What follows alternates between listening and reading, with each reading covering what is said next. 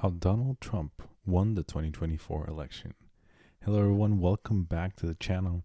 It's been quite a long time since I recorded a video on this channel, aside from the one I recently posted. But I've been on a little bit of a hiatus. I took a vacation. I was also not enamored with the result of the 2024 election, so I didn't record anything before now.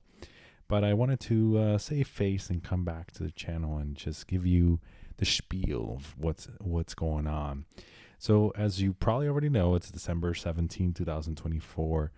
You all know that Donald Trump won re-election to the presidency of the United States. And here is a complete map of the results of the 2024 presidential election.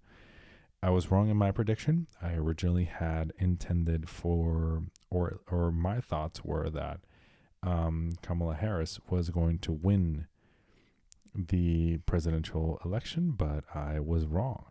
So the final results are, per the Associated Press, is that Donald Trump won with 312 electoral college votes versus Kamala Harris's 226 electoral college votes, with Donald Trump winning every single swing state allocated to him. That means Georgia, that means North Carolina. He won Georgia by 2%, just a little bit ahead of 2%. He won North Carolina by roughly 2% as well. He won Pennsylvania by 2%, Michigan by, looks like a little bit more than 1%, Wisconsin by slightly less than 1%, and Nevada, which is a flip for sure, he won it by 3%, almost at that, which is a pretty sizable margin for a swing state. And he won Arizona by 7%. That's pretty big for a swing state. And he also closed the gap in a number of other states, which is pretty significant, pretty amazing. Like North Carolina, Kamala Harris won by 6, but it's a sizable margin there, decrease. In Virginia, she won by 5%. That's another pretty notable gap decrease. New Jersey, she won by 7%, which is 6%, which is impressive, knowing that that Donald Trump got so close. Similar to in New York, and I believe that was the closest state out of all of those. In Minnesota, she won by 5%. So it's a pretty close election. And for the first time in a while, I can't quite remember the last time a president won Republican president won the popular vote. I believe since George W. Bush Jr., if I'm not mistaken, or George W. Bush Sr., I'm not sure. So Donald Trump won the popular vote by about 1.5% of the vote, which is a, 3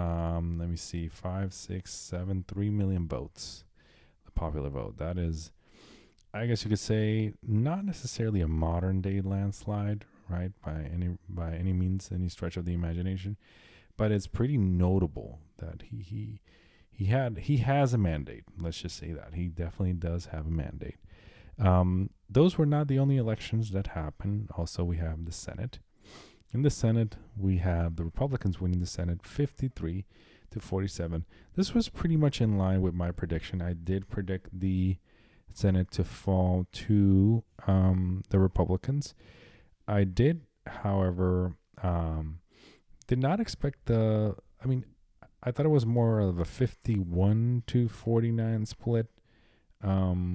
But it's pretty impressive what they, let me retract it. Not very impressive what the Republicans did here, because the presidency, definitely impressive. Like the president-elect having this much of a margin of victory is pretty impressive. Now in the Senate, not that impressive. And I'll tell you why in a minute. You had Elisa Slotkin, you had Amy Klobuchar, you had Tammy Baldwin, all winning, these two in the same states that Donald Trump won. Dave McCormick won against Bob Casey, but by very small margin. In the Arizona, the same state where Trump won by 7%, Ruben Gallego won by 4. Well, a little bit less than 3% against Kerry Lake. The same state where Donald Trump won by 4%, the Democratic senator there, Jackie Rosen, won re-election by 1%, a little bit more than 1%. So it's pretty notable to me that even in a presidential election where you had the president-elect win by sizable margins in swing states, the Democratic senators, won there as well, which lets me believe that this election was more of a repudiation against the incumbency rather than a full-on endorsement of Donald Trump. And you can see that in the Senate. You can also see that to a certain extent in the House, where the Republicans also won with 220 seats to 15 seats. The only difference between the current makeup of the House of Representatives and this makeup of the House of Representatives was that actually the Democrats won 1 seat, which is pretty notable. So it's only a 5-seat majority. I believe the same Speaker Mike Johnson is going to be the same one. So we'll see. But the Republicans have a trifecta. They have the presidency, they have the Senate, they have the House of Representatives. They have everything.